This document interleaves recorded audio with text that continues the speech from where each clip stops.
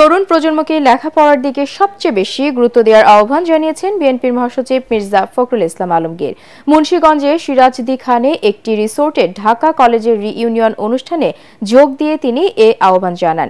ঢাকা কলেজের 1963-65 ব্যাচের প্রাক্তন ছাত্র মির্জা ফখরুল এ সময় বলেন, ঢাকা কলেজ থেকেই ছাত্র রাজনীতির ভালো অভিজ্ঞতা রয়েছে তার জীবনে। সব মিলিয়ে ঢাকা কলেজের জীবন আনন্দময় ছিল বলেও জানান তিনি।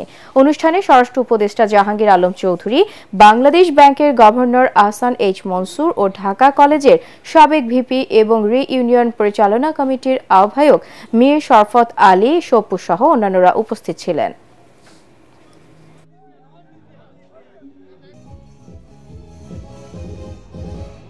তরুণ প্রজন্ম এখন অনেক অ্যাডভান্স, অনেক বেশি প্রযুক্তির সঙ্গে সম্পৃক্ত, অনেক বেশি তারা জানে, কিন্তু ওই জানাটার কখনো শেষ নাই। এবং যে কথা বলতে যাচ্ছি যে সবচেয়ে বেশি তাদের লেখাপড়াটার উপরেই সবচেয়ে বেশি গুরুত্ব দিতে হবে।